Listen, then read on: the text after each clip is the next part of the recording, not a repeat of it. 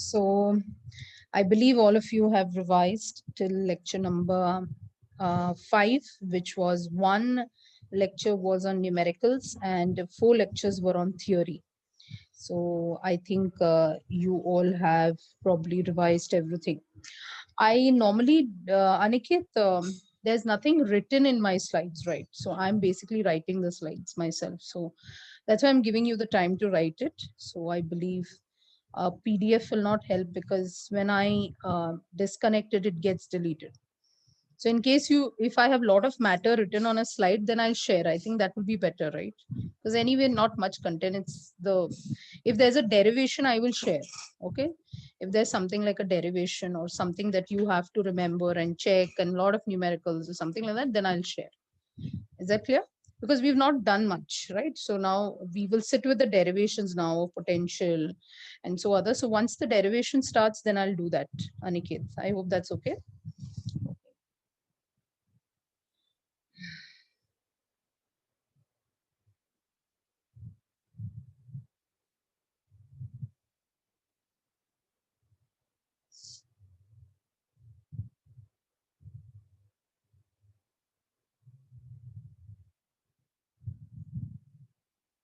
Okay, so let's begin today's lecture. I hope all of you are here.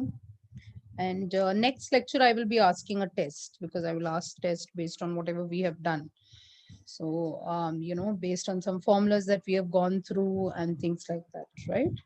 I will also be explaining in detail the Coulomb's law again, so that, when we do a certain superposition and other numericals, it will become more clear. So the Coulomb's law will be revisited once again completely. And then we will sit with some derivations of electric dipole and electric potential and so on. And then we are almost completing the chapter. Then we just need to do what is electric field intensity, what do you say, the relation between electric field intensity and all, and something which is related to the superposition. That's all. I don't think the chapter is big, but then when it comes to questions, you should be able to identify the chapter, right? So maybe another 2 lectures or 3 lectures, we should be done with the chapter. Okay. So let us move ahead and let's start off with what electric field is. So today's topic is a little to pay attention upon because it's a very important concept. So the coming 1 hour, 15 minutes, I want you to be completely attentive. I want your attention here. So that's why I don't drag any topic or I'm not doing any excess of topics, because if I do too much also, you will get rather confused. So the topics are short and sweet so that you are able to digest little by little. So that's the intention. I hope you're with me on that. So let's start off. So the first concept that we are talking about here is nothing but the electric field. And so when I'm going to talk to you about electric field, the first, in fact, the first point here is given by E and a bar. That means it's a vector quantity है. और ये जो है इसका नाम हम रखने वाले हैं electric field intensity. It is like आप मैग्नेटिक फील्ड को मैग्नेटिक फील्ड इंटेंसिटी से जानते हैं, वैसे आप ई बार को इलेक्ट्रिक फील्ड इंटेंसिटी से पहचानेंगे आज से आगे, और जानेंगे कि it is a vector quantity, यानी कि उसकी डायरेक्शन भी होगी और उसका मैग्नीट्यूड भी होगा. तो ये इलेक्ट्रिक फील्ड होता है, जैसे एक डायग्राम आपको राइट साइड पे दिख रहा है, हम सोचते हैं कि कितना इंटेंस होगा, so you will say that probably here ये एरिया में आप बोलोगे कि if I highlight this area you will say here the electric field is very very strong, and may be away from this you will say the electric field is very very weak. तो ये intense कितना intense होता है, कितना ज्यादा कितना कम होता है. तो इलेक्ट्रिक फील्ड जो होता है, जस्ट लाइक अगर एक जगह पे एक कैंडल जल रहा है या एक दिया जल रहा है, तो आप जब उसके करीब जाते हैं, आप अपना हाथ रखते हैं, तो वहां पर आपको हीट महसूस होता है, दिखता नहीं है बट वहां हीट है. You don't agree? Yes or no? तो वहां एक हीट है, एक yes that is radiation, correct. So heat waves हैं वहां पर बट दिख नहीं रहे हैं, बट आपको फील हो रहा है. और जैसे जैसे अपना हाथ आग से आप दूर लेके जाएंगे आपको वो हीट कम होती दिखाई देती है, राइट, या फील होती है. So what is electric field? It is the effect. ये एक इफेक्ट है जिसकी वजह से चार्जेस क्या एक्सपीरियंस करते हैं. आपको क्या लग रहा है? ये जो इलेक्ट्रिक फील्ड है चार्ज के चारों तरफ, जो जब हम फ्रिक्शन करते हैं तो चार्ज के चारों तरफ जो फील्ड आती है. Very good Prathamesh Shetty. Yes Mahak Gupta, very good. हिमांगनी Patil.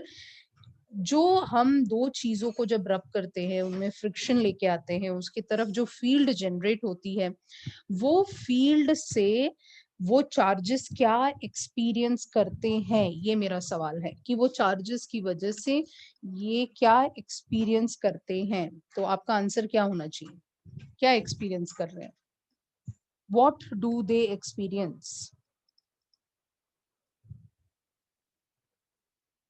They experience nothing but force. Very good. So I can make a statement here. I'm just making a statement here. Very good. So majority of you all have answered it as force. Very good.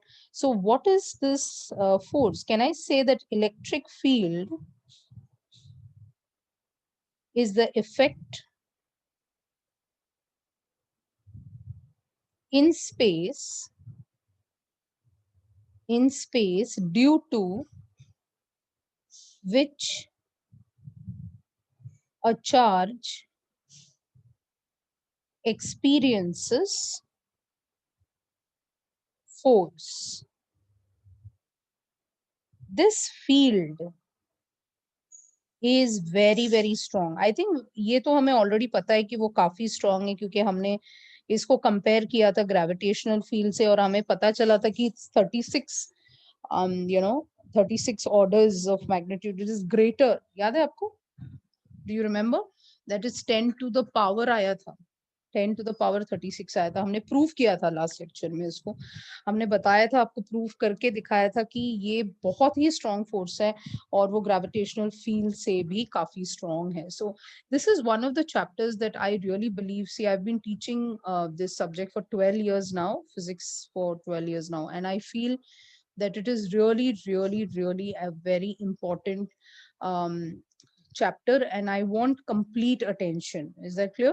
So I really feel that when you're writing competitive exams, one topic that people hesitate to teach or people hesitate to, jump to, or rather, answer that particular doubt, or you hesitating to give that answer, is for this particular chapter. So I want ekdam concept, ekdam foundation clear.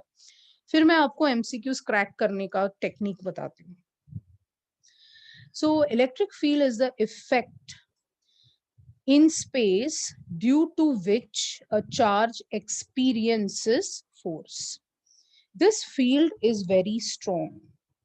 Is that clear? Space in the sense सबसे ज्यादा, विकास याद है तुमको कि मैंने कहा था कि सबसे ज्यादा फोर्स हमें कहाँ मिलता है? जब k की वैल्यू 1 होती है. याद है लास्ट टाइम मैंने कहा था, मुझे याद है कि मीडियम, आपको पूछा गया था कि मीडियम और एयर में सबसे ज्यादा फोर्स आपको कहाँ मिलेगा, क्योंकि k सबसे कम एयर में होता है, and F is inversely proportional to k. I hope you remember that. Yeah, so that's the point, Vikas. Okay. Everyone, please write this slide down quickly. This is the first point of the day. That electric field जो है, जो friction की वजह से जो charge के चारों तरफ क्रिएट हो रहा है, जिसका एक पिक्चर आपके साइड में आपको दिखाया गया है, that is a vision of how you can think about electric field is like a spherical 3-dimensional thing covering the charge, right? So Rasika, very good. I really like your dialogues, Yeah, I really enjoy that during the session. That's very nice, very bubbly, witty dialogues by Rasika always. Yeah, always taking.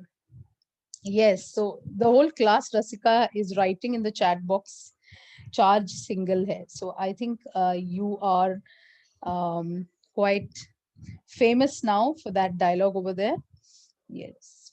So yeah, charges are never single. Correct. Anyway, so let's push on with the topic. Have you finished? Am I not audible? Am I audible? Everybody? Yeah, okay. Today I'm just keeping my this thing. Yeah, okay. Thank you. Thank you.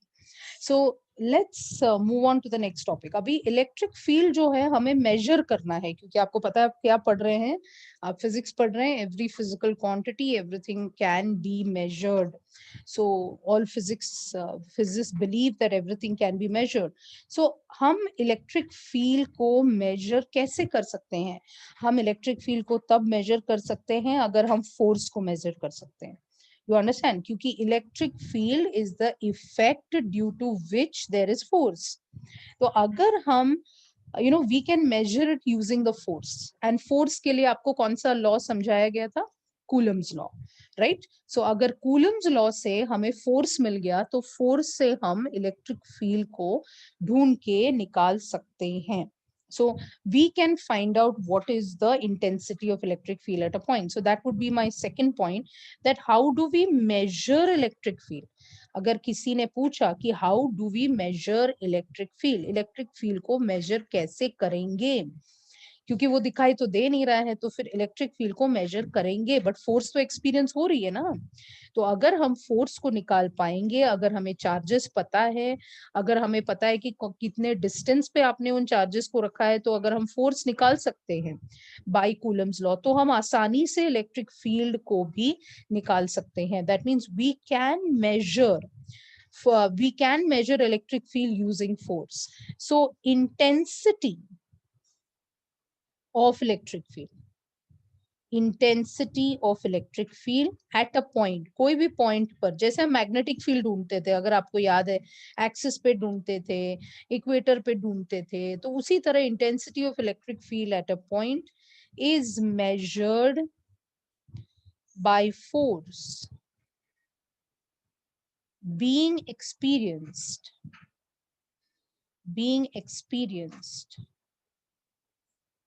by a charged particle,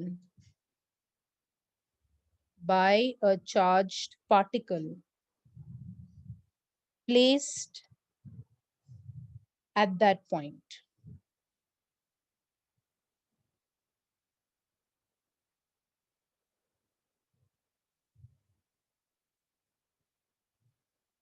Placed at that point. So intensity of electric field at a point is measured by force being experienced by a charged particle placed at that point. Okay, so please write it down. This is how we are going to measure. So the intensity of electric field, कोई भी point पर अगर आपको intensity ढूंढना है, तो हम क्या करेंगे, वहां का force निकालेंगे कि कोई भी charge particle कितना force experience कर रहा है, और जितना वो force experience कर रहा है उससे हम electric field को निकाल सकते हैं. अभी आप मुझे बताओ, अगर charge ज्यादा है तो उस charge अगर ज्यादा है तो force कितनी होगी? अगर चार्ज ज्यादा है तो फोर्स कितनी होगी? विल इट बी मोर और विल इट बी लेस? ज्यादा ही होगा. अगर चार्ज ज्यादा है, आपको पता है एक कूलम में कितना इलेक्ट्रॉन्स है, ये आपको समझाया गया था कि कितने इलेक्ट्रॉन्स है. तो अगर हम ज्यादा चार्जेस लेंगे, ज्यादा कूलम लेंगे, तो क्या हम बोल सकते हैं कि उसके चारों तरफ जो इलेक्ट्रिक फील्ड पैदा हो रही है वो भी ज्यादा होगा? यस और नो? यस और नो? हम बोल सकते हैं कि जो इलेक्ट्रिक फील्ड है, जो चार्जेस की वजह से उसके चारों तरफ जो पैदा हो रही है, क्या हम बोल सकते हैं कि वो इलेक्ट्रिक फील्ड भी उस चार्ज के चारों तरफ जो फॉर्म हो रहा है वो भी ज्यादा है? Can we say that? Yes, electric field उतना ही ज्यादा होगा. तो can we put something here? You can see what I am writing.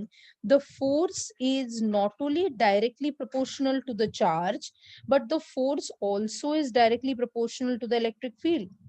ये point 3 करके आप ले सकते हैं. Force is directly proportional to the charge and force is also directly proportional to the electric field, क्योंकि जितना ज्यादा charge उतना ज्यादा electric field, और जितना ज्यादा electric field उतना ज्यादा force. Are you understanding?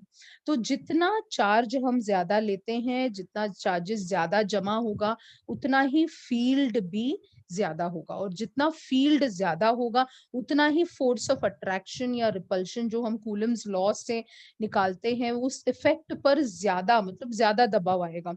It will be either the force will be too much or the force will be too less. I hope you've understood, Shivanshu. So now force is therefore equal to, yani ki not equal to, I will use the word force is directly proportional to Q times of E. मतलब ये हमारा एक equation है, मतलब एक दूसरा relation है, और दोनों को हमने कंबाइन करके ये वाला बनाया है. Is that clear?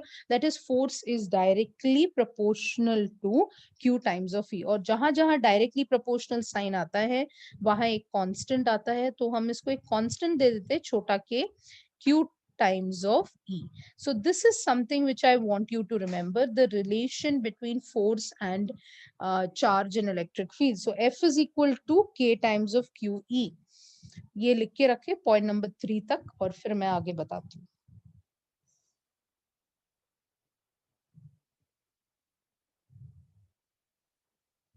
K is just a constant, Krishna. अभी वो चला जाएगा, मैं बताती हूँ.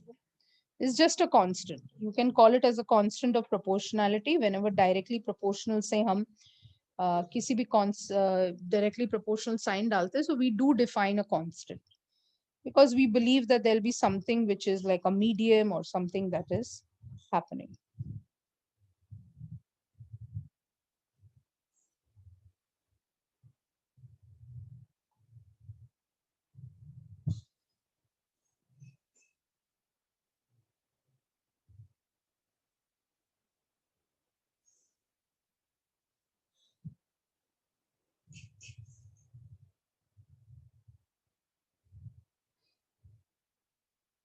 Okay. So can I change it? Have you finished writing? So force is equal to K times of Q times of E, which we will now look at in the further what it's going to change as.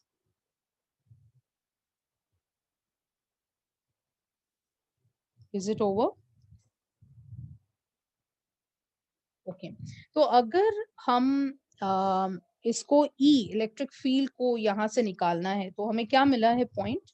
हमें मिला है कि the fourth point if I would like to say is that F is equal to q time k times of q times of e. That means e is nothing but f upon k times of q, right?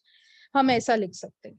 Now what we are trying to tell you here is that अगर आपका charge 1 coulomb हुआ, ध्यान से सुनना सब लोग, अगर आपका चार्ज 1 कूलम हुआ तो आप पर जो फोर्स लगने वाला वो 1 न्यूटन है, और उतना ही इक्विवेलेंट इलेक्ट्रिक फील्ड होगा, मतलब सब 1 हो जाएगा वहां पे. अगर चार्ज आपका 1 कूलम है तो उसके चारों तरफ, यानी कि we always say unit, you know, so if there is unit coulomb of charge then there will be unit electric field which creates a force of unit newton.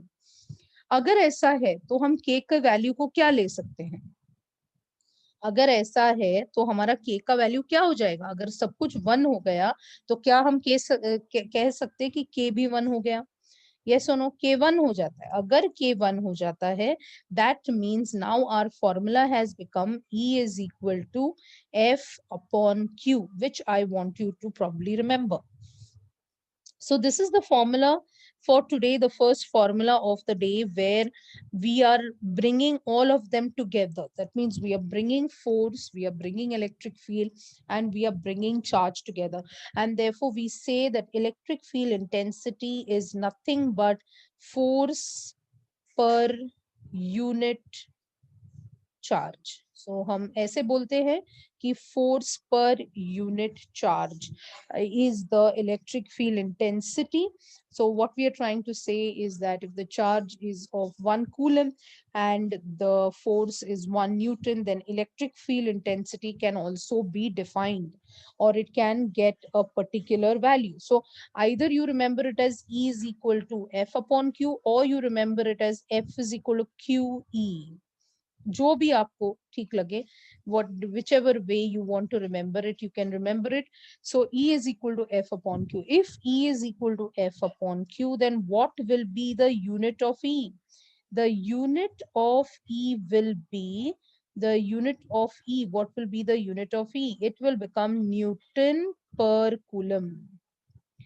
Do you agree? It will become Newton per Coulomb. Yes, Newton per Coulomb is going to be the unit of electric field. You can even write it in different ways, right? But this would be the fundamental unit of electric field. So if I say, for example, suppose I say now F, I have already defined this. I say F is equal to Q times of E. अगर मैंने आपसे कहा कि आपका जो charge है वो 1 coulomb है, तो इन दोनों के बीच का रिलेशन क्या हो गया? इन दोनों के बीच का रिलेशन क्या हो गया? अगर मैंने कहा कि 1 कूलम चार्ज है, तो आपके दिमाग से ये जो फॉर्मूला बैठ गया है आज, तो इस yes very good. So in case you forget, don't forget F becomes equal to E. You know E F आजू बाजू वाले अल्फाबेट्स हैं, तो E becomes equal to F when Q is 1. Is that clear? But there is a Q. Okay. So you should never forget this. So F is equal to Q. Yes, they are directly proportional. Yes. Force is directly proportional to charge and force is directly proportional to electric field. And therefore we can say that force is equal to Q times of E. So you should never forget this. So जब जब charge आपका 1 coulomb होता है, so this is like an important statement which we are saying. If your charge is 1 coulomb, then F becomes equal to E. So this you can write as a note. This you can write as a note.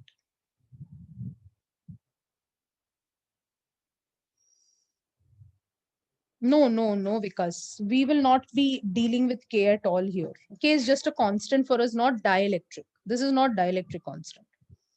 The dielectric constant concept comes only when we are talking in terms of the electrostatic constant. This is just a normal constant. Yeah. So don't get confused with that. That's why I already removed it. I neutralized it.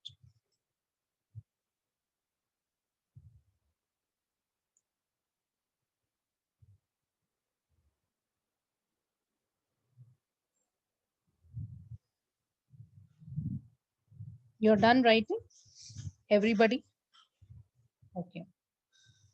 So as now you have understood that electric field का unit आपको समझ में आ गया है. It is, this is the magnitude of the value and this is nothing but Newton per Coulomb is the unit.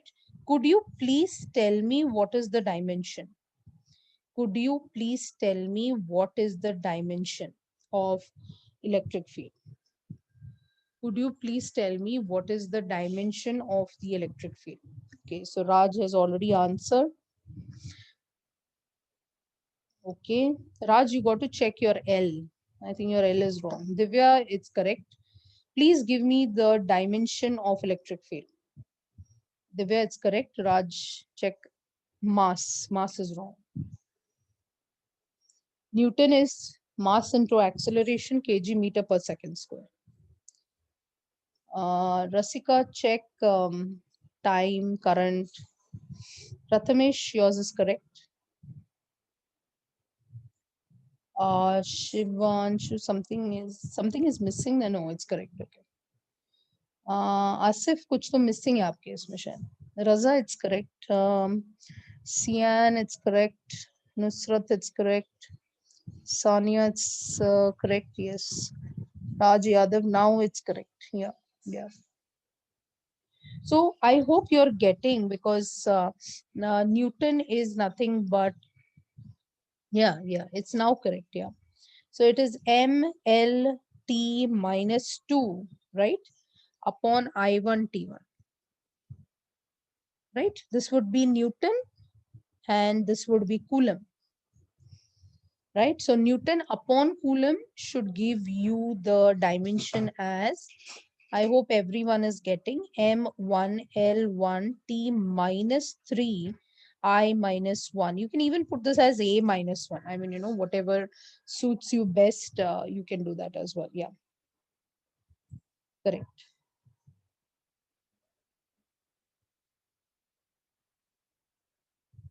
So basically, what are we concluding? We are coming to the factor that electric field is a vector quantity.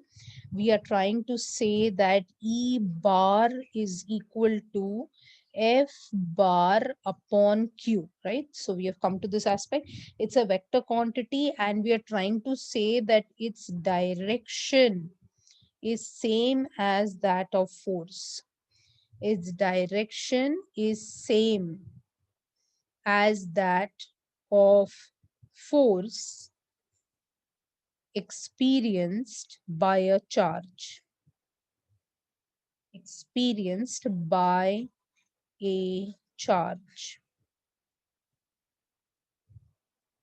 सो हम ये बता रहे हैं कि एक vector quantity है, उसका unit Newton पर कूलम है, इलेक्ट्रिक फील्ड जो है डिपेंड करता है अपने फोर्स पे, और इसकी direction is same as that of the force experienced by a charge. Are you getting what I am saying? Now what sort of charge are we talking about? अगर आप इस इक्वेशन की तरफ ध्यान से देखेंगे, so do you see the small Q here? Do you see the small q here? And I've specifically used one single charge, right? Small q ही हम use कर रहे हैं. So this small q, याद रखना, is called as the test charge. What is that called? As a test charge. So we are always going to see how what a test charge is. You know, it's very simple. It's nothing to do with what you're, you know, it's very, very simple. तो अगर एक charge यहाँ पर है, let's call it as plus q. There is another charge over here, small q, you know, which will be called as the test charge, and this will be called as a source charge. दोनों के बीच का जो distance रहेगा, we will call that distance as r. हम r बोलेंगे, right? Now, okay, you want the previous slide? Okay. Please write it down and tell me when it is done.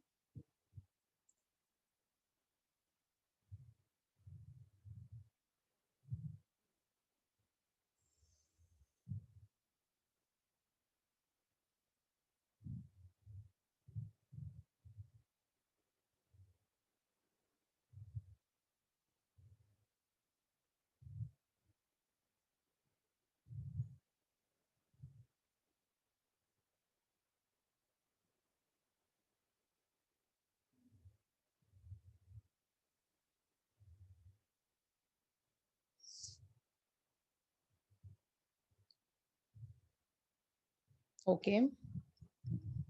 So we have a charge. If you remember in the first lecture, हम इसको R21 बोलते हैं, याद है? तो अगर हमें force जानना है कि what is the force exerted by this source charge, let me call this as the source charge. How much is the force exerted by the source charge on the test charge? मतलब मुझे देखना है कि ये capital Q का छोटे Q पर इतने डिस्टेंस पर कितना असर होगा. So I will write this force as the force on small Q, on, I use the word on capital Q, that means due to. I hope this is clear. हम किस तरीके से उसको लिखते हैं? The force exerted on small Q due to capital Q, the force exerted on the test charge at a distance of r by the source charge.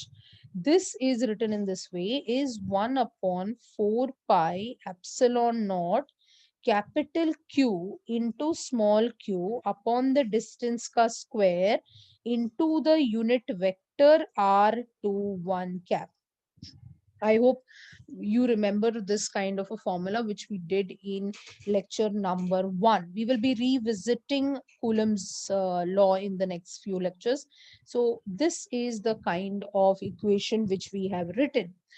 अब ये क्या बताता है? ये हमें बताता है कि हमारा जो सोर्स चार्ज है, मतलब ये जो बाहर वाला चार्ज है, उसका हमारे इस स्मॉल चार्ज पर कितना असर होगा.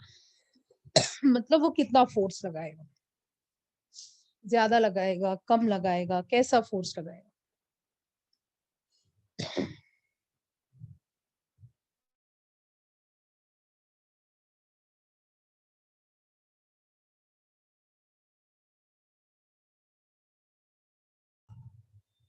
So we will find out what is the force on test charge मतलब Q due to capital Q. अब याद रखना ये जो फोर्स का फॉर्मूला मैंने आपके सामने लिखा है, ये किसके लिए है? ये कैपिटल क्यू के लिए है। रुको हेमांगनी, मैं बता रही हूँ। यस, सो देयरफॉर ये जो फॉर्मूला मैंने दिया है, ये किसके लिए है? ये सोर्स चार्ज के लिए है। जबकि मैंने ये वाला जो फॉर्मूला दिया है वो किसके लिए है? वो किसके लिए है? टेस्ट चार्ज के लिए है। समझ रहे हैं? दो फॉर्मूला आपके सामने है कि ये वाला जो हम आपको बता रहे हैं ये किसके लिए है? टेस्ट चार्ज के लिए है। और ये जो हम बता रहे हैं ये कब यूज करने का? जब एक दूसरे चार्ज को हम इस टेस्ट चार्ज पर कितना असर करता है जब उसकी बात होगी तब यहाँ आएंगे।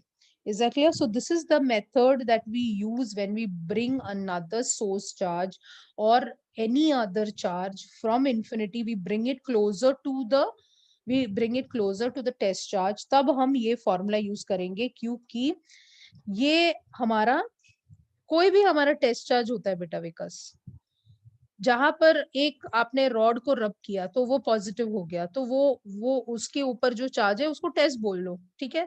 फिर आप सिल्क क्लॉथ लेके आओ तो क्या होगा दोनों में? क्या होगा दोनों में?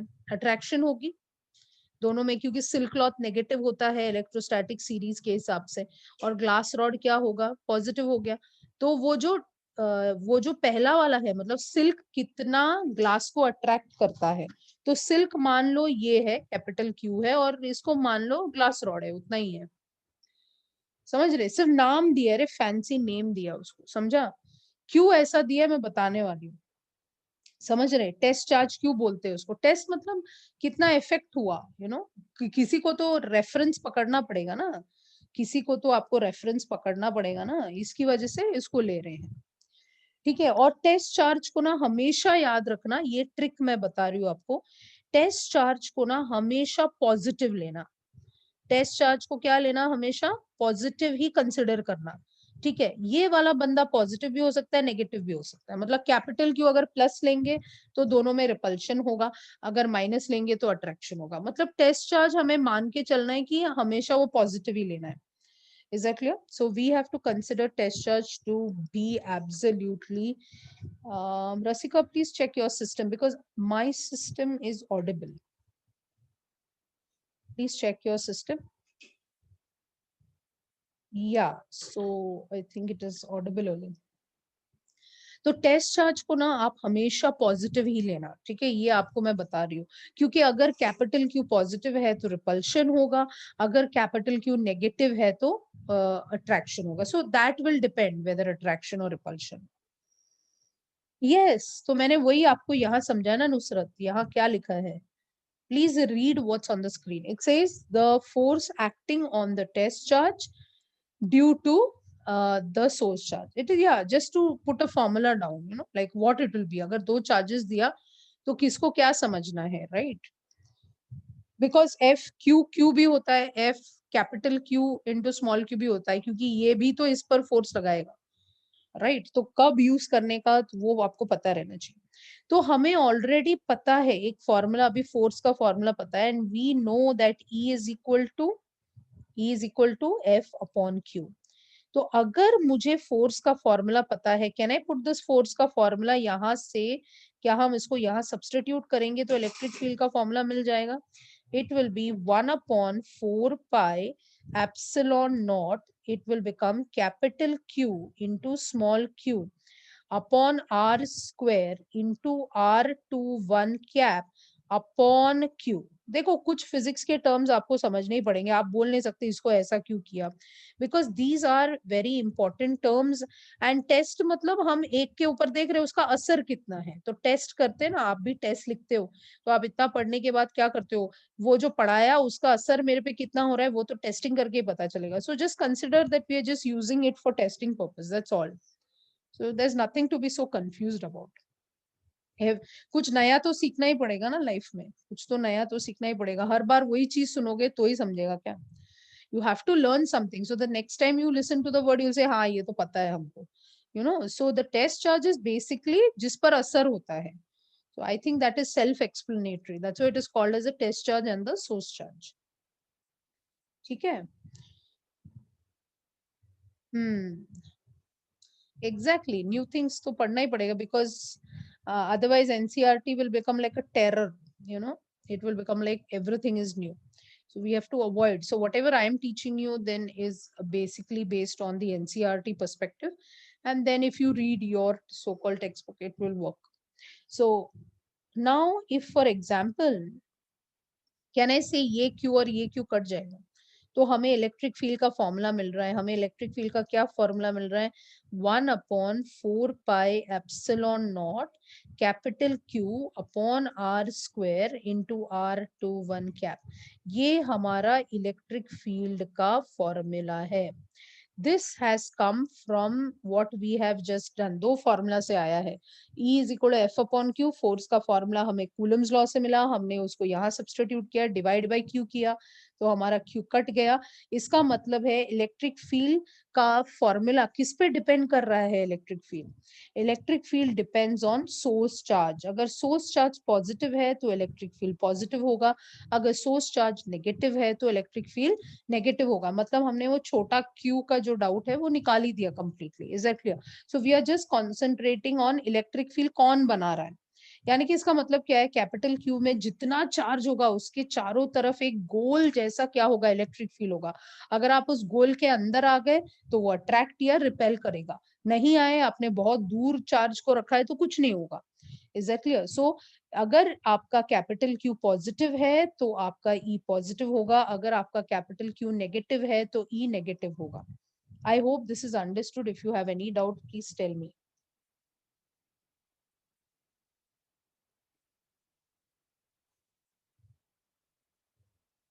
और मैंने टेस्ट चार्ज आपको क्या करने को बोला है? टेस्ट चार्ज क्या करने को बोला है? हमेशा टेस्ट चार्ज को क्या कंसिडर करके चलो? उसको पॉजिटिव ही कंसिडर करके चलो.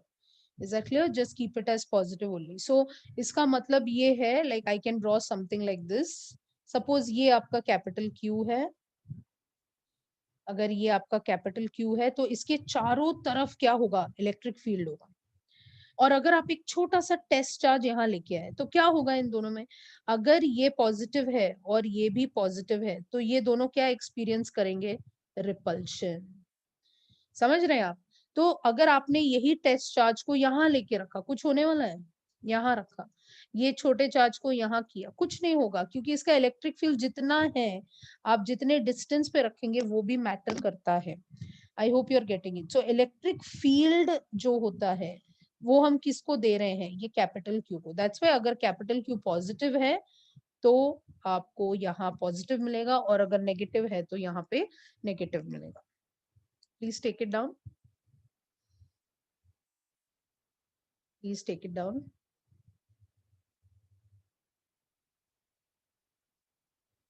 If you have any doubt, you can clarify in the chat box. ये ऑफलाइन की ये खासियत है, सॉरी ऑनलाइन की ये खासियत है कि काफी लोग डाउट पूछ लेते हैं, अपने मन की बात बाहर निकाल लेते हैं. मन की बात जो है वो बाहर निकल के आ जाता है चैट बॉक्स में. जब क्लासरूम में, मैं इतने सालों से पढ़ा रही हूँ, जब मैं क्लासरूम में पूछती थी किसी को डाउट है, किसी को डाउट बोलने की भी मतलब हिम्मत नहीं होती थी. सब शर्माते थे. करेक्ट, सब शर्माते थे. शर्म के मारे कोई भी खड़ा नहीं होता था. आज देखो भर भर के, अभी देखो 300 चैट बॉक्स भरा हुआ है. मतलब सिर्फ 87 लोग बैठे हैं और यहाँ 300 पे चैट बॉक्स चल रहा है. डाउट का भंडार, भंडार का ओवरफ्लो. मैं क्या बोलूं, चार्ज इलेक्ट्रिक फील्ड यहाँ पे फूट रहा है सब कुछ. ऑफलाइन में ज्यादा यस बड़बड़ करते हैं, एक दूसरे का अलग ही टॉपिक चालू रहता है ना तुम लोग का.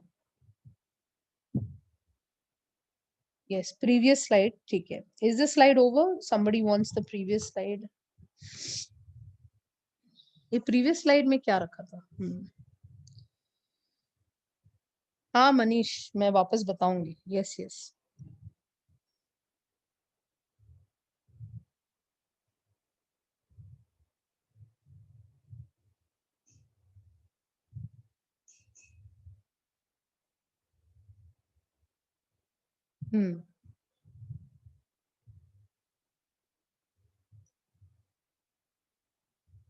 ये वाला, अरे कुछ नहीं रे बाबा, ये एक चार्ज है, समझा? तो उसके चारों तरफ क्या होगा, इलेक्ट्रिक फील्ड होगा। अगर ये दूसरा चार्ज लाया तो इसका असर इस पे होगा, तो द फोर्स ऑन किस पे लगेगा, छोटे क्यू पे। किसकी वजह से लगेगा, कैपिटल क्यू के। तो फोर्स के लिए तो दो चार्ज लगेंगे ना तुमको बताने के लिए, फोर्स ऑफ अट्रैक्शन और फोर्स ऑफ रिपल्शन। बट किसके इलेक्ट्रिक फील्ड पे हम चेक कर रहे हैं, क्यू के, इसलिए इलेक्ट्रिक फील्ड के फॉर्मूला में सिर्फ कैपिटल क्यू आएगा। समझ रहे? उसके आगे पीछे उसके अंदर वो जो फील्ड है उसके अंदर आप आएंगे तो ही आपको फोर्स मिलेगा, राइट? अगर आप दूर रखेंगे तो फोर्स नहीं आएगा।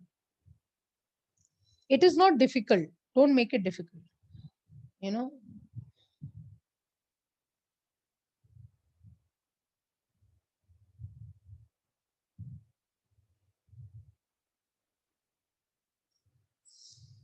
Just tell me when it is done.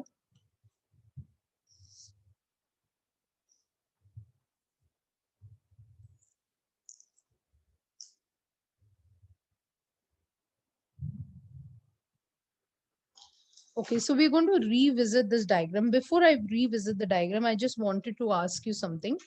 Can I ask you a question? Let me see who will answer. Can I ask you a question? So suppose I ask you a question that there is a graph, okay? So graph में x axis पे मान लो मैंने r लिया है और y axis पे मान लो electric field है या फोर्स है, ठीक है? So can you tell me what will be the kind of graph? So I'm drawing some graphs here. You tell me which one is correct, okay? So I'm drawing some graph here.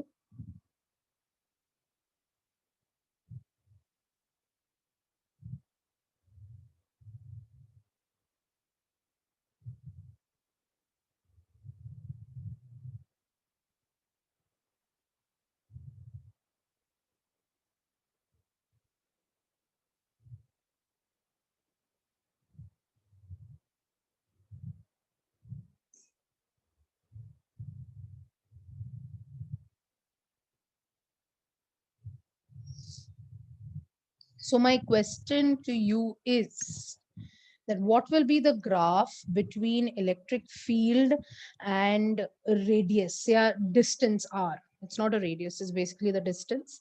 So small r or, okay, so I have a lot of answers. Majority are saying it's capital D. I have people with CF and E. So, okay. अच्छा, मुझे पहले ये बताओ, पहला graph क्या signify करता है? जब वो ओरिजिन से अगर हम स्ट्रेट लाइन ड्रॉ करते हैं, इसका मतलब है वो डायरेक्टली प्रोपोर्शनल होना चाहिए। यस, ई अगर पहला जो ग्राफ है वो direct, so is it directly? नहीं, हमारा E is inversely proportional to R square, बराबर है ना? फोर्स या हो या ई हो, it is inversely proportional to R square है हमारे फॉर्मूला में। डिनोमिनेटर में आर स्क्वायर आ रहा है, इसका मतलब ये तो नहीं है, 100% नहीं है। नेक्स्ट, ये कब यूज करते हैं, बी वाला कब यूज करते हैं? जब कोई चीज चेंज ही नहीं होती है, मतलब अगर कोई चीज कांस्टेंट है, चेंज ही नहीं हो रही है, तो हम बोलेंगे कि भाई बी वाला ऑप्शन है। तो बी वाला ऑप्शन भी नहीं है। सी वाला कब बोलेंगे? कि जब वो इंक्रीज होके इंक्रीज होके इंक्रीज होके फिर क्या हो रहा है, कांस्टेंट होगा, तो आप सी बोलेंगे। तो क्या वो सी है? ऐसा कुछ है कि इलेक्ट्रिक फील्ड बढ़ता है फिर वो सब जगह पे सेम रहता है? ऐसा नहीं, उल्टा है कि नजदीक इलेक्ट्रिक फील्ड ज्यादा है और जैसे जैसे दूर जाएंगे वो क्या हो रहा है, कम होते जा रहा है, राइट? डिस्टेंस बढ़ेगा तो इलेक्ट्रिक फील्ड क्या होगा, कम होते जाएंगे। It is not C. So which option? D, E or F? D, E or F? Right, very good. Majority have answered D is the right answer. Is that clear? F तब है कि कुछ constant value है यहाँ पे और फिर उसके बाद बढ़ रहा है, मतलब उसके पास पहले ही वैल्यू था जीरो पे, जब डिस्टेंस जीरो था तो कोई तो इलेक्ट्रिक फील्ड था, ऐसा नहीं है। और मैं आपको F बताती हूँ अभी। सो हमें क्लियर हो गया कि कौन सा ग्राफ करेक्ट है, right? So all these graphs are unnecessary, these are not required, so I am removing out the graph. अब याद रखना, अब याद रखना क्या होता है कि जब हम कोई भी चीज 1/r लेते हैं या 1/r² लेते हैं, 1/r³ लेते हैं, 1/r⁴ लेते हैं, जितना आपका डिनोमिनेटर बढ़ता है, यानी कि 1/r है समझो, ठीक है, 1/r, तो 1/r वाले का ग्राफ ऐसा होता है, समझो, यानी कि it is a very very sharp curve. अगर 1/r² है तो थोड़ा सा ऐसा होता है, अगर 1/r³ है तो कुछ ऐसा होता है, 1/r⁴ है तो ऐसा होता है। समझ रहे हैं आप? जितना आपका डिनोमिनेटर का पावर बढ़ता है ना, उतना आपका जो स्लोप है ग्राफ का, वो कुछ इस तरीके से पाया गया है। अभी आपको समझा कि मैंने एकदम स्टीप भी नहीं ड्रॉ किया, एकदम स्टीप ड्रॉ किया यानी कि कुछ भी फिजिक्स में जब भी कुछ भी इन्वर्सली प्रोपोर्शनल है और वहां स्क्वायर क्यूब या नहीं रहेगा तो पहला वाला ग्राफ ये वाला करेक्ट रहेगा, इसको हम इनवर्स रिलेशन वाले बोलते हैं। और ये जो मैंने यहाँ ड्रॉ किया है, जो वहां का सेकंड ग्राफ है, this is what, inverse square law वाला, यानी कि अगर और ऊपर गई तो जितना मेरा पावर बढ़ते जा रहा है। अभी समझ में आया डी और एफ के बीच का relation? So I hope this will sit in your head. ये ग्राफ समझ में आया आपको? Any doubt here?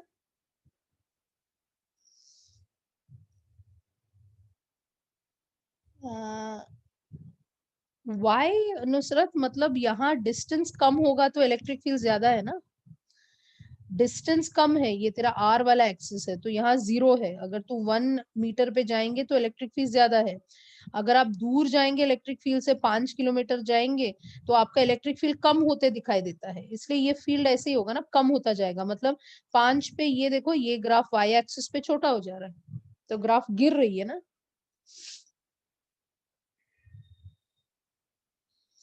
I hope it is clear. जब हाँ, तो मैंने मनीष वही बोला ना, मैंने कहा कि पावर देखो ना, उसका पावर क्या है, स्क्वायर है, अगर क्यूब है रेज़ टू 4 है, यू नो। हाँ, तो जितना आप पावर को इंक्रीज करते जाएंगे नुसरत, तो ग्राफ ऐसे दिखाई गया, you can plot it and C.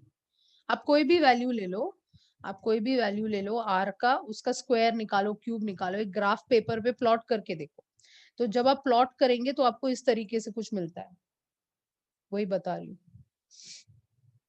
You understand? I'm not actually plotting it, right? I'm actually telling you the final outcome. So you can sit with it, put the value, square ले लो, cube ले लो, r⁴ ले लो और plot करके देखो. So it is experimentally done. Yes, yes. Everything graphical ऐसे ही नहीं बताएंगे. Graphical जब भी बोला तो समझ जाने का कि ये सब किया हुआ है. Right? So we are trying to give you a cut short about it. तो हम एक shortcut method में समझा रहे हैं आपको, ठीक है?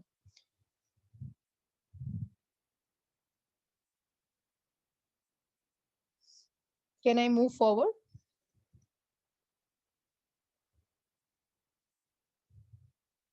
Okay, so in the last part of today's lecture, we're talking about the electric field distribution, which I want you to pay attention. So the next topic that we are looking at is electric field distribution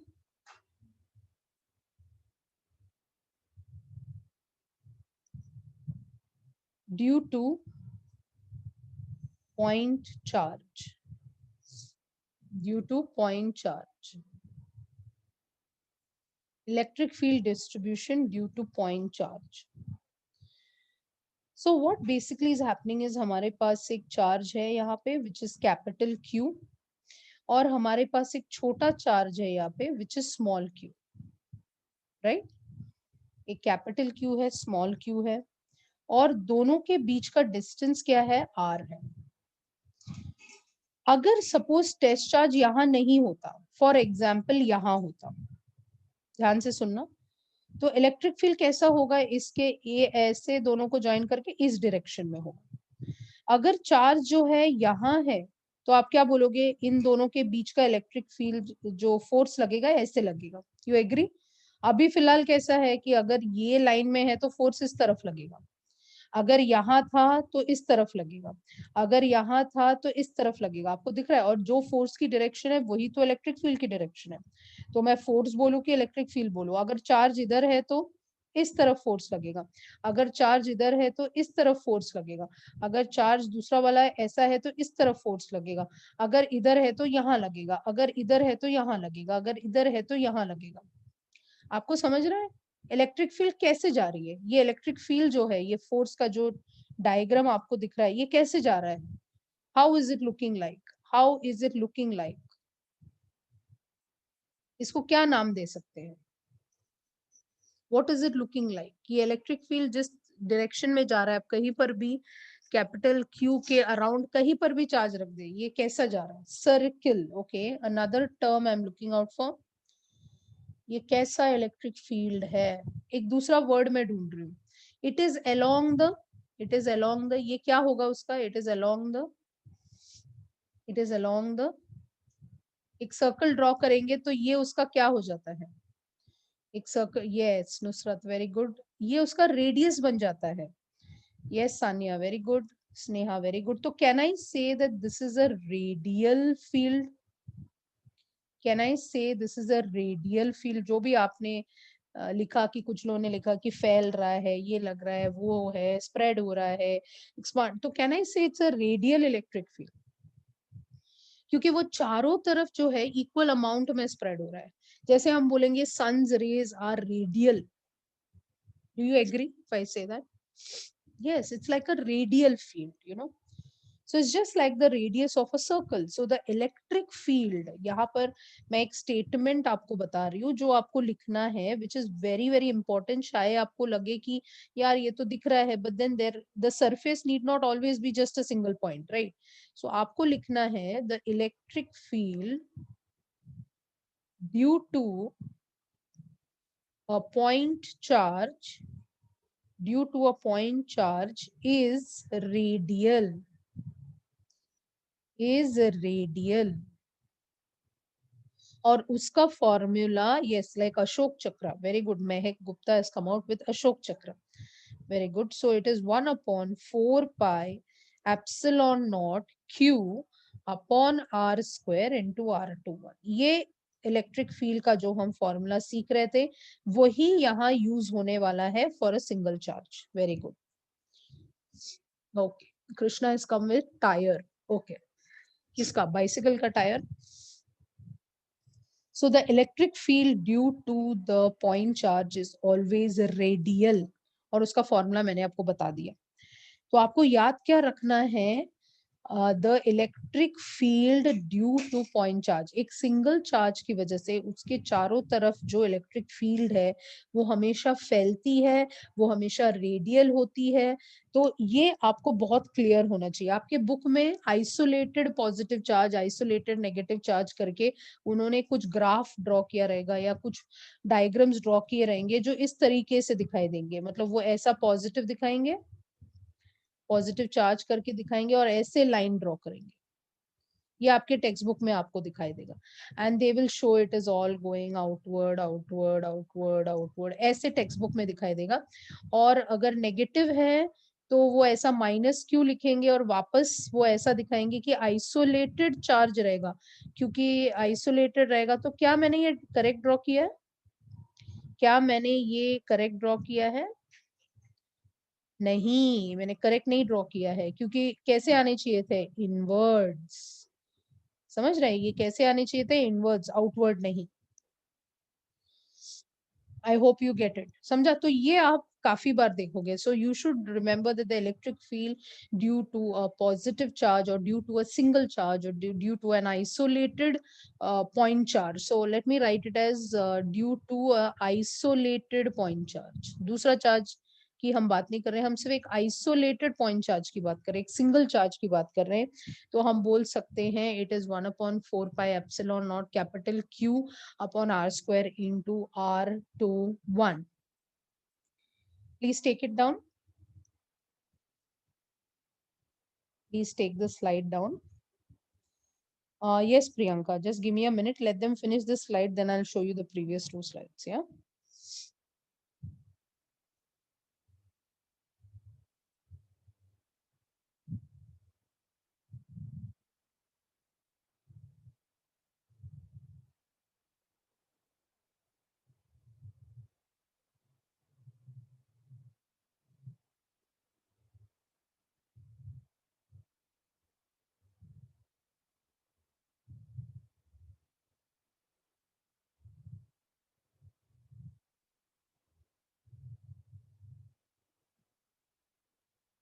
Is it over? Please tell me when it is over.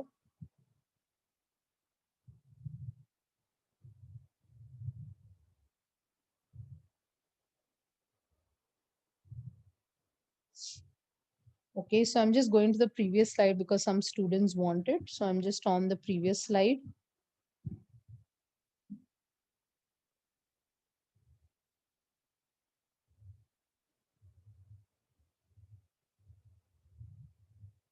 Isolated positive charge, Krishna.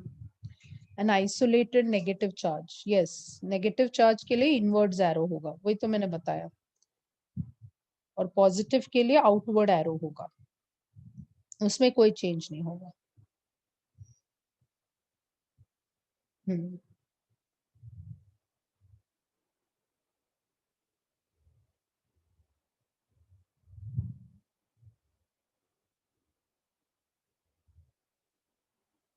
Okay, previous, इससे भी previous.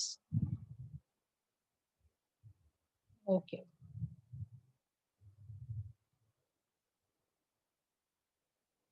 Yes yes महक, absolutely correct, क्योंकि positive जो है originate positive से होता है और terminate negative पे होता है, उसमें कोई चेंज नहीं बेटा, वो वैसे ही रहेगा. Yes yes, absolutely.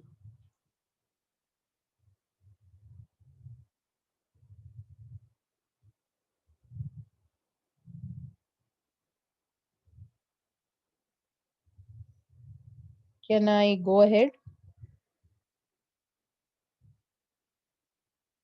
सो कोई भी पॉजिटिव चार्ज जब अकेला रहता है, आइसोलेटेड एग्जिस्ट करती है, और आइसोलेटेड में उसका जो चारों तरफ का फील्ड होता है उसको हम रेडियल फील्ड कहते हैं. So it's kind of a radial structure. So these are the electric lines, or basically then we learn about the electric lines of force, and we say that अगर इसके ज्यादा है तो electric field ज्यादा है, and so on. क्या हम बोल सकते हैं, अच्छा एक स्टेटमेंट अगर मैंने मारा तो सही होगा कि गलत होगा, कि ये जो लाइंस मैंने ऐसे ड्रॉ किया, कैन आई से it is the path by which a test charge will move? Can I say this is the path by which a test charge will move? Yes or no? अगर Q negative होता तो क्या यही वही रास्ता है ना जहां ये टेस्ट चार्ज क्या करेगा, अट्रैक्ट करेगा. तो काफी बुक्स में ये स्टेटमेंट दिखाई देगा आपको कि इलेक्ट्रिक फील्ड की जो लाइन होती है, it represents the path that would be followed by a test charge. तो आपको समझ में आएगा कि नहीं आएगा? समझ में आएगा. समझो मैंने टेस्ट चार्ज यहाँ रखा था और इलेक्ट्रिक फील्ड जैसे ही ये कैपिटल क्यू को इसके नजदीक लाया तो ये इसकी तरफ खींचा चला आया. मतलब हम समझ जाते हैं कि अरे मैम ने बोला था कि छोटा क्यू तो पॉजिटिव लेना है, इसका मतलब है कैपिटल क्यू नेगेटिव होगा, इसकी वजह से ये खींच के आया. तो हम लोग एक डायलॉग मारते हैं हमेशा, इलेक्ट्रिक फील्ड की जो लाइन होती है, this I was suppose to tell you when I talk about electric lines of force, but ये जो इलेक्ट्रिक फील्ड की लाइन होती है यही तो फोर्स की लाइन है. एग्रीड? इलेक्ट्रिक फील्ड की जो लाइन होती है यही तो फोर्स की लाइन है, क्योंकि फोर्स और इलेक्ट्रिक फील्ड कैसे होते हैं, सेम ही डायरेक्शन में होते हैं. So can I say that the electric field line also represents the path that would be followed by a test charge? Yes or no? So I'm just writing that statement here. Shall I write it? So I'm writing the statement here.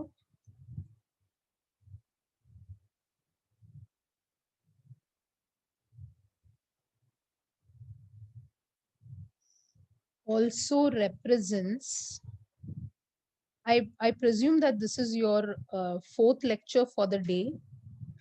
Is it your fourth lecture?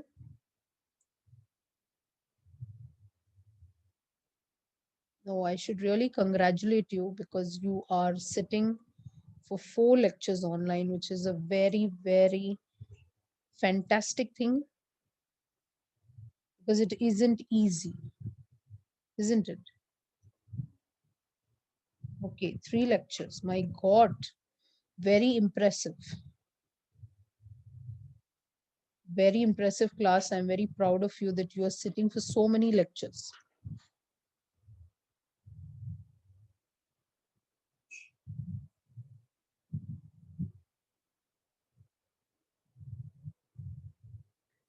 7th lecture, Yash Kavli. This is your 7th lecture of the day. Oh my God, I think you need glucose. I mean, aren't you exhausted listening to us on the other end? Oh my God, Aniket Vagela, Rasika is also, it is the 7th lecture. College is also there. College is also taking. Oh my God, is there an award for online lectures? You really need 5 plus 3, 8. My goodness, Yatin, I'm so proud of you. Everyone is giving me the count, and I'm like 7 to 12. Oh, Yash Kavli wants an Oscar. Okay, Gaurav Dikshit says 8 lectures. Abhishek Gupta says, Abhishek is the best dialogue. He says, give me a net pack. I'm proud of you for saying that. He says, give me a net pack. WiFi connection ही ले ले भाई, WiFi तेरे को कम गिरेगा. या WiFi is unlimited, so I think 25 Mbps should help. Earphone से भी तंग आएंगे. टीपी लिंक, वेरी गुड, ठीक है. कान दुख रहे, ए भगवान. ये देखो यश Kawale, yes yes. Rasika, yeah, correct, Yatin, correct. Okay, not soon, Vatsal, at least. Yeah. So electric field line also represents a path that would be followed by a test charge, which is initially at rest when placed in the field. So I hope you are writing this particular for this statement, because ये statement काफी important है, काफी important है. Can I move on, because I just have to tell you something now and it's done. So if you are talking about a wire, suppose there is a wire and I tell you that the wire is charged, तो ये charge कुछ ऐसे distributed होगा. Okay, if I take a surface, मैंने I think surface का आपको बताया था ना कि corners पे जमा हो जाता है because of repulsion and all. ये corners पे ज्यादा दिखाई देगा. Are you understanding? तो surface रहेगा तो कुछ इस तरीके से रहेगा. You can think about volume also. You can think about volume also. So the charge density can also be distributed along the volume of a particular sphere, or along, it can also be distributed something like this. So it could be distributed along a volume kind of surface also. जब वो length, ये यहाँ length की बात होती है, तो charge is distributed, we से अलोंग द लेंथ, मतलब सेम चार्ज है. जो यहाँ का 1000 वाला चार्ज था, सपोज ये एक सिंगल चार्ज है और मान लेते हैं वो 100 कूलम है. कितना कूलम है? 100 कूलम है. वही चार्ज इधर लेके आया तो वो क्या हो जाता है, ये जब वायर होती है तो 10 10 10 10 10 10 में स्प्रेड आउट हो जाती है. आपको समझ रहा है? सबके पास 100 कूलम ही है. इसके पास भी 100 कूलम है, इसके पास भी 100 कूलम है, इसके पास भी 100 कूलम, पर उसका जो वे ऑफ डिस्ट्रीब्यूशन है, जिस तरीके से वो अपने सरफेस पे उसको स्प्रेड आउट करता है, वो अलग अलग है. अगर वायर है तो वो ऐसा लीनियरली स्प्रेड आउट होता है और उसका इलेक्ट्रिक फील्ड का कुछ ऐसे दिखाई देगा आपको. तो क्या ये रेडियल है? क्या ये रेडियल है इस बार? Is this radial? We will not say it is radial. ये आप बोलोगे ये ब्रिसल्स जैसा है. You understand? ये कोम को देखा है, कोम के ब्रिसल्स जैसा होता है. या जब बॉटल साफ करने वाला जो चीज रहती है, उसके देखे हैं दाने कैसे, उसके जो वायर्स आते हैं वो बाहर की तरफ ऐसे कोम की तरह बाहर आते हैं. वो कोम देखा है जो सब जगह से ऐसे स्प्राउट होके, इट्स कॉल्ड ब्रिसल्स. तो ब्रिसल्स की तरह, अपने टूथब्रश की तरह दिखेगा ये टूथब्रश देखा है आपने? यस, ब्रश जैसा दिखेगा ये. Is that clear? सो यहाँ पर हम जो चार्ज डिस्ट्रीब्यूशन जब बात करते हैं तो हम एक वर्ड यूज करते हैं lambda. Lambda is charge per unit length. Lambda को कहते हैं लीनियर चार्ज डेंसिटी.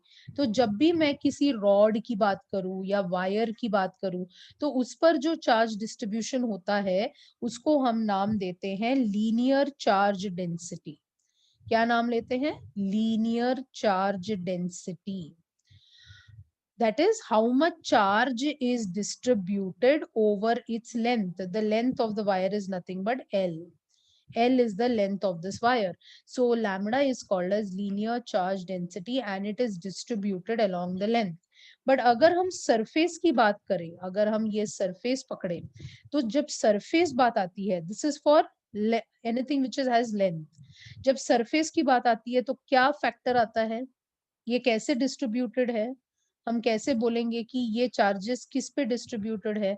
हम बोलेंगे the charges are spread out on an area. Very good Mahak Gupta. इसकी वजह से इसको हम नाम देते हैं sigma, which is charge per unit area. Charge per unit area. और इसका नाम है सरफेस चार्ज डेंसिटी.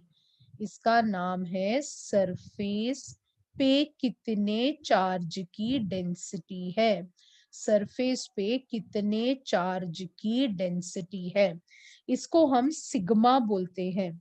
इसको हम सिग्मा बोलते हैं. इसको हम लैम्बडा बोलते हैं. और इसको हम सिग्मा बोलते हैं. और अगर वो वॉल्यूम पे डिस्ट्रीब्यूटेड है तो हम यूज करते हैं रो. तो हम कहते हैं चार्ज पर यूनिट वॉल्यूम. क्या कहते हैं? Charge per unit volume. तो इसका नाम क्या रहेगा?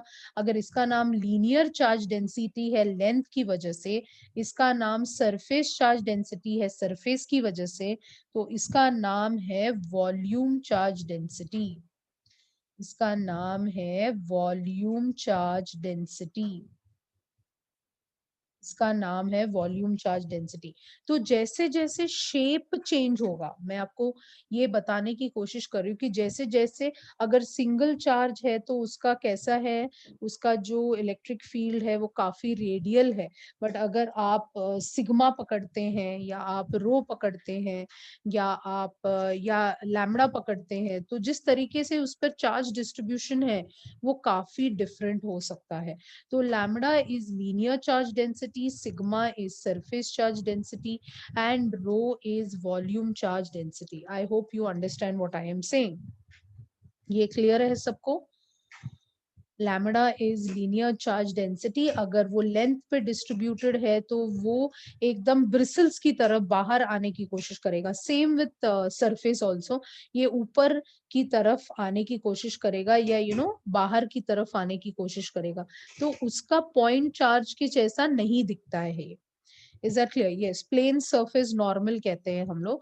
और rho is nothing but volume charge density, that is charge per unit volume. So rho is volume charge density, sigma is surface charge density, and lambda is linear charge density. So lambda क्या है? Linear charge density है. Rho क्या है? Volume charge density है. और sigma क्या है? Surface charge density है. Is this clear, everyone? Yeah, so please mention it in your book. Yes, we can think about shape change होगा कि देखो मैंने कभी कहा कि charge is distributed on a sphere, तो sphere का फिर area consider होता है. Is that clear? If I say that the charge is distributed on a thin plate, plate पे charge distributed है, तो it will become surface area. अगर मैंने कहा कि charge is distributed on a metal wire, तो हमें लैम्बडा यूज करना पड़ेगा. मतलब आपको सोचना पड़ता है कि लैम्बडा कब यूज करना है. अगर हम एक लॉन्ग सिलेंडर ले लेते हैं, बहुत ही लंबा सिलेंडर लेते हैं, तो सिलेंडर का हम यूजुअली लेंथ या उसके लेंथ से सिलेंडर को हम लेंगे तो हम वहां लैम्बडा यूज करेंगे. तो हमें 12th स्टैंडर्ड में और भी डेरिवेशंस है जहां हम लैम्बडा यूज करेंगे या सिग्मा यूज करेंगे या हम रो यूज करेंगे. तो ये टर्म्स आपको पहले पता रहना चाहिए कि चार्जेस डिस्ट्रीब्यूट कैसे होते हैं. अलग अलग शेप ऑफ मेटल्स पे चार्ज की डिस्ट्रीब्यूशन भी अलग अलग होती है. अलग अलग शेप की वजह से चार्जेस की डिस्ट्रीब्यूशन भी वहां अलग अलग होती है. Is that clear? है तो बात करें सेम चार्ज की, यहाँ पर भी सेम चार्ज दिया था, इसको भी सेम चार्ज दिया था, इसको भी सेम चार्ज दिया था, बट वो किस तरीके से वहां दिखाई देगा it will keep on changing. So lambda के लिए याद रखना लीनियर चार्ज डेंसिटी, जिसका यूनिट क्या होगा? कौन बताएगा मुझे इसका यूनिट क्या होगा? लैम्बडा का यूनिट क्या होगा? What will be the unit of lambda? Q upon L मतलब क्या लिखेंगे? Coulomb per metre. yes or no? Coulomb per metre. Sigma का यूनिट क्या होगा? Coulomb per metre square. Very good, coulomb per metre square. और volume charge density का क्या होगा? Coulomb per metre cube. इस तरीके से coulomb per metre square and coulomb per metre cube, इस तरीके से आपको चार्ज डेंसिटी अलग अलग मिलेगी. Is it clear? Have you understood? Everybody? Okay. Okay, so आज के लिए I think this is enough and I will continue in the next lecture. So I hope that you have understood. Volume charge density को रो कहते हैं, RHO, रो, RHO, रो. ठीक है. सो आज हमने काफी पढ़ लिया. हमने इलेक्ट्रिक फील्ड पढ़ा, उसके यूनिट्स पढ़े, उसका रिलेशन पढ़ा विद चार्ज, टेस्ट चार्ज पढ़ा, सोर्स चार्ज पढ़ा, एंड फील्ड डिस्ट्रीब्यूशंस पढ़े. और 3 नए चीजों को इंट्रोड्यूस किया, लैम्बडा, सिग्मा और रो. जब भी लेंथ की बात होगी और आइसोलेटेड रहेगा तो हमने पढ़ा कि रेडियल इलेक्ट्रिक फील्ड को इमेजिन करना है. रेडियल इलेक्ट्रिक फील्ड को इमेजिन करना है, और अगर सरफेस है, लाइन है, तो हमें ब्रिसल्स जैसे ब्रश की तरीके से इसको इमेजिन करना है. तो I hope it is clear to you this much, because that is very very important, ताकि हम आगे जैसे जाएंगे मुझे कोई भी कॉम्प्लिकेशन या कोई भी डाउट पीछे नहीं चाहिए. तो जब भी मैं टेस्ट चार्ज बोलूं, या मैं रो बोलूं, या मैं सिग्मा बोलूं, या मैं लैम्बडा बोलूं, तो ऐसा नहीं लगना चाहिए कि ये कोई नई चीज है. ठीक है. Okay. Clear. Okay.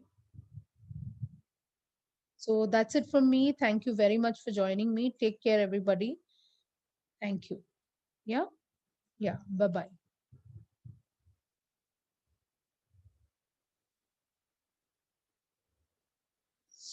I think sir has put it already in the group. The omitted topics are already in the group, I think. Thank you. Thank you. Yeah. Thank you, Karishma. Yeah. Bye-bye. Take care. Good night, everybody.